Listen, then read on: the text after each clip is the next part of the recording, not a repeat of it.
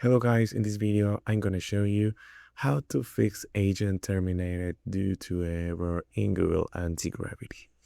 It's very simple. We are going to be in the Antigravity and here we are going to open our agent.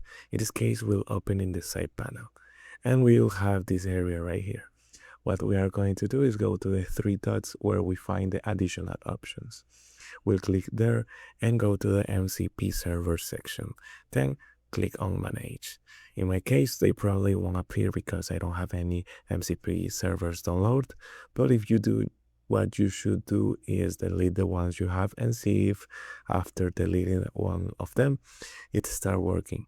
So that will be one option.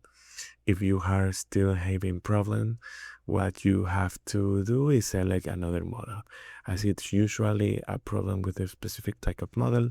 Additionally, you could restart your session, meaning you should log back in with your Google account to see if that fixes the issue.